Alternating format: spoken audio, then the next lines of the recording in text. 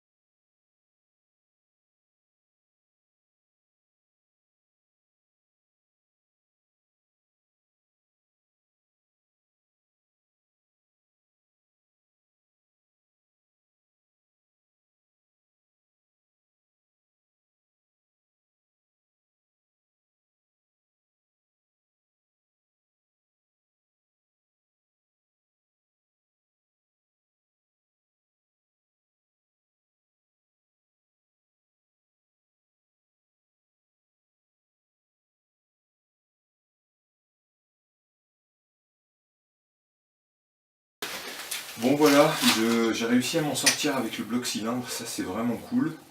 Donc avant de l'enfoncer jusqu'en bas, ton bloc cylindre, tu t'arrêtes juste avant, quelques explications. Je me suis servi des 3 goujons là, comme je suis tout seul, pour guider le bloc cylindre, pour éviter qu'il bascule trop, etc. et qu'il soit maintenu.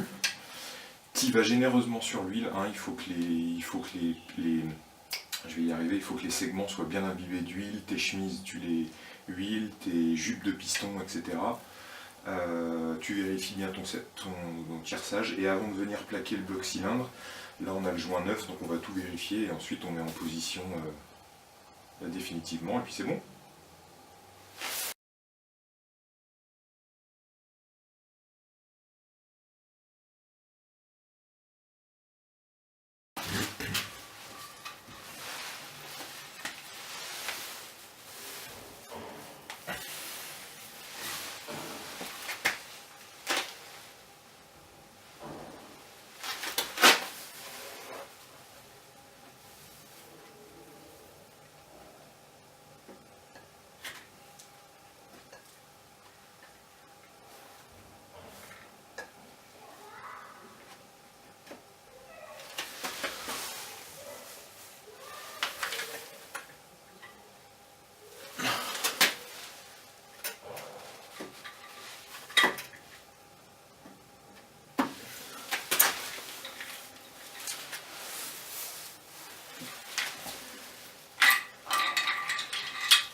Et la culasse est reposée, donc ça c'est vraiment sympa, ça commence à ressembler à nouveau à un moteur. Je t'avais dit dans une autre vidéo que je finissais la préparation de la culasse, j'ai remonté tous les goujons Kawa neufs avec leurs écrous à collerette neufs aussi. Et la dernière étape qui reste à faire, et pas des moindres, parce qu'il va falloir faire gaffe à ce qu'on fait, c'est le serrage de la culasse. Donc tu vois, j'avais popé à l'époque, comme je t'ai dit que c'était important de le faire, tous les boulons dans le bon ordre pour tous les remettre. Alors du coup, pour le serrage, tu n'inventes rien, c'est-à-dire que là il faut vraiment aller chercher la notice technique dans laquelle tu as toutes les explications, à savoir, la notice te dit qu'il n'y a pas besoin d'huiler ou de graisser les goujons, ce sont des goujons qui sont serrés à sec, donc tu les montes tels quels, donc là je vais mettre un petit coup de chiffon sur chacun en les remettant, et puis surtout la notice te donne des valeurs de serrage. Donc en gros c'est toutes les mêmes valeurs, sauf, tu ne le vois pas forcément, mais ce boulon là qui est plus petit en fait, qui vient là, il a une valeur de serrage différente. Donc les 10 boulons qui se montent ici, ils sont tous serrés à 25 Nm, donc pour ça il te faut bien une clé dynamométrique, et celui-là il est serré un peu moins fort, il est serré à 12 Nm, c'est une clé Allen. Voilà, donc tu as les coupes de serrage, tu prépares tout, et ensuite tu fais ton serrage correctement avec la clé. Je sais que le serrage à clé dynamométrique c'est ce que tout le monde fait, utilise, etc. Donc j'ai prévu de faire une ou plusieurs vidéos tutoriels là-dessus, parce que c'est vraiment super important quand tu bricoles. Et mine de rien, dans tout ce qu'on a fait, même si on a été minutieux, là l'étape de serrage elle est vraiment primordiale. Donc on va y aller tranquille, comme d'hab, et puis on va faire le boulot à notre rythme.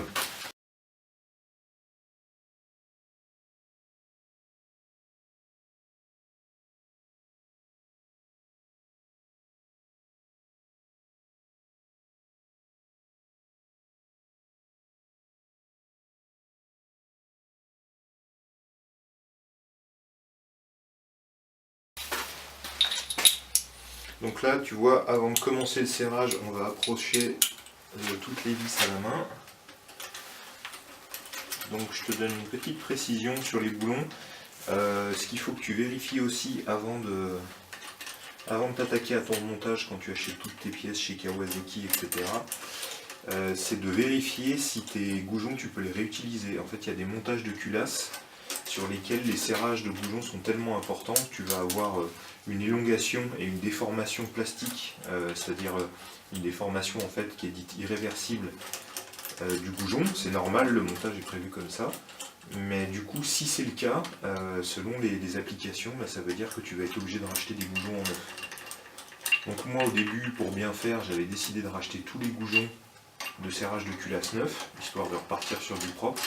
Malheureusement, il n'y avait plus aucune pièce disponible chez Kawa, ni en France ni en Europe, Angleterre, US, j'ai jamais réussi à les trouver malgré le fait d'avoir fait les pieds et les mains.